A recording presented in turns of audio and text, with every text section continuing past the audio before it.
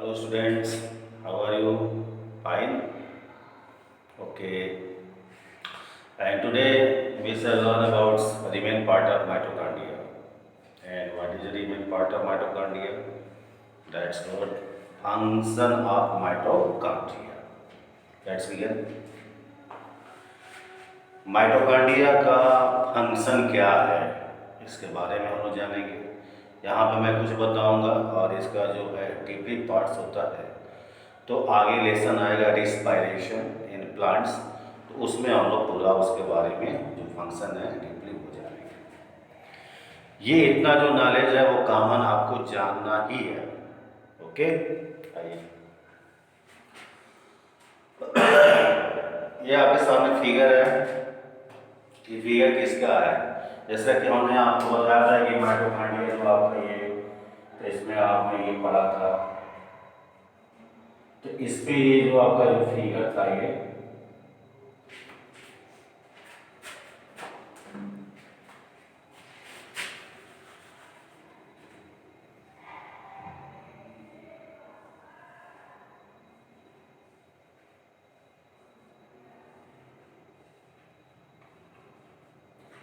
तो इस पर ये जो ऐसा ऐसा फिगर था ना, बताया था डिफरेंट पार्टिकल्स है, तो ये इसी का ये फिगर है।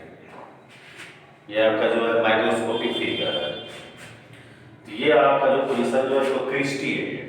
ये आपका क्रिस्टी दीवार है। तो जैसा कि आप जानते हो कि जो हम लोगों का जो सेल मेम्ब्रेन होता है, हमने बताया था जो सेल मेम्ब्रेन पढ़ाया था, तो आपका प्रोटीन और फैट्स लेयर का बना हुआ होता है। And just like there protein और फैट्स, आपका दो लेयर प्रोटीन का और दो लेयर जो है आपका फैट्स का है। अब इसी में आपके जो एफ पार्टिकल्स है किसके साथ हैं, तो रिस्पायरेटरी चेन जो एक एंजाइम्स होता है उसके साथ अटैच है। ऊपर आपका ऐसे शो होगा, नीचे की तरफ आपका एफ पार्टिकल्स ऐसे शो होगा।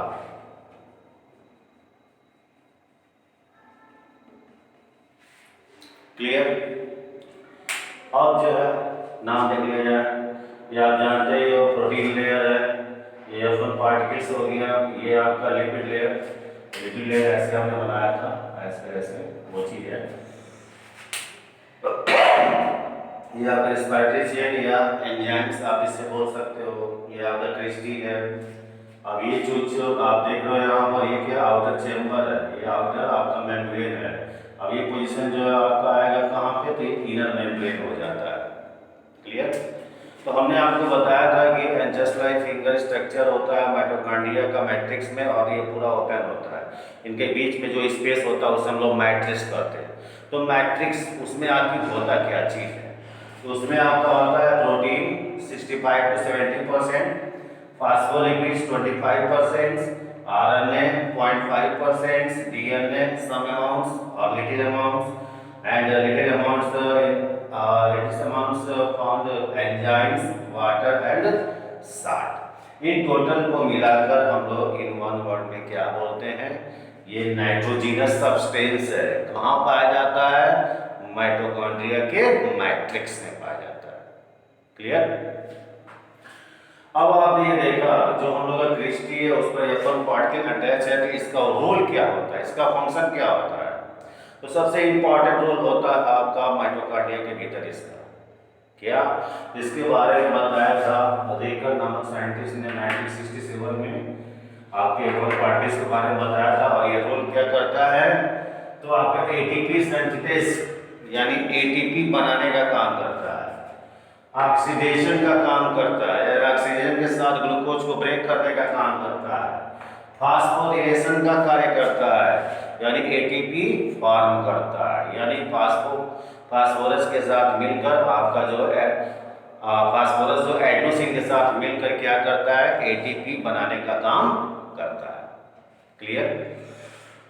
अब इनके बीच में जो मैट्रिक्स में जो आपके ग्लूकोज भी रहते हैं, जब आता है तो आपका जो है ऑक्सीजन उसे ब्रेक करता है, और ये लगभग जो है ये 10 कंपाउंड्स में कन्वर्ट होते हैं, ब्रेक होकर कन्वर्ट होते रहते हैं, उनसे आपकी एनर्जी निकलती है।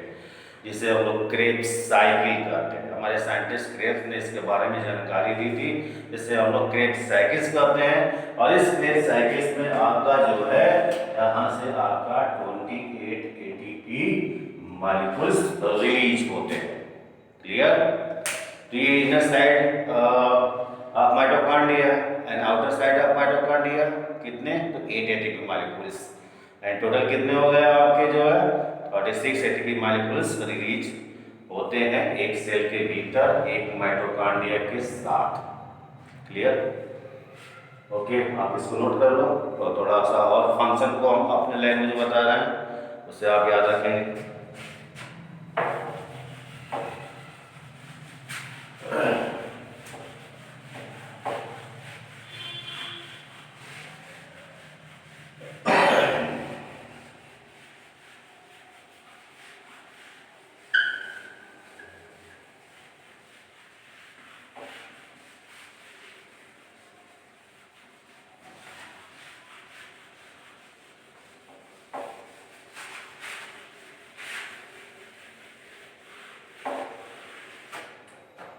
आइए देखा जाए आखिर माइटोकॉन्ड्रिया जो है कौन कौन सा फंक्शन करता है। तो पहले हम लोग एक छोटा सा माइटोकॉन्ड्रिया का फिगर बनाए अपने समझने के लिए।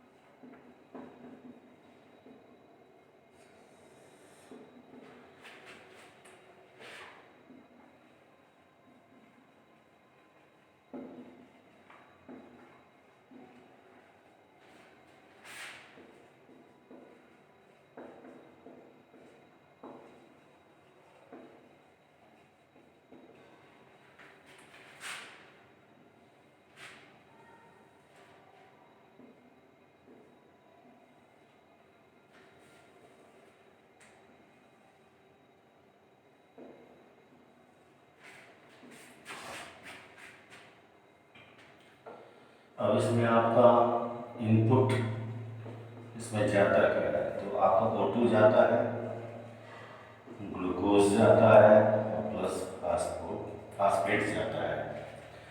अब इसमें से आपका जो है आउटपुट क्या होता है? तो आपका CO2 होता है, H2 होता है और प्लस में आपका ATP। अब एटीपी जो है आपका निकालता है माइटोकॉन्ड्रिया, कहाँ भेज दिया? तो साइटोप्लाज्म में भेज दिया। अब इस साइटोप्लाज्म में एटीपी जो एनर्जी फॉर्म होता है उसका मेन रोल क्या होता है? तो बायोसिंथेसिस होता है, यानी जितने भी इनके अंदर सेल ऑर्गेनेल्स हैं उसको बनाने में आपका ये यूज होता है। सपोज दैट 1 फास्फेट ले लिया तो यहाँ पर आपका कितना आ जाएगा? ADP आ जाएगा ना। अगर ये भी ले लिया एक फास्फेट तो अगेन आपका जो है यहाँ पर ADP आ जाएगा। अगर अगेन ये भी आपका फास्फेट ले लिया तो ADP आपका आएगा, जो आगे की तरफ फिर से इसके अंदर मूव करेगा, फिर ATP बन के निकलेगा। क्लियर है? अब जो है ATP क्या होता है?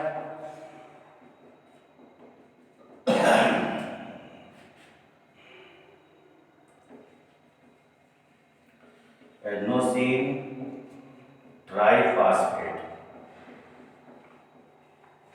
मतलब एक एडेनोसिन के साथ 3 फास्फेट जुड़ा हुआ है। दूसरा आपका होता है ADP,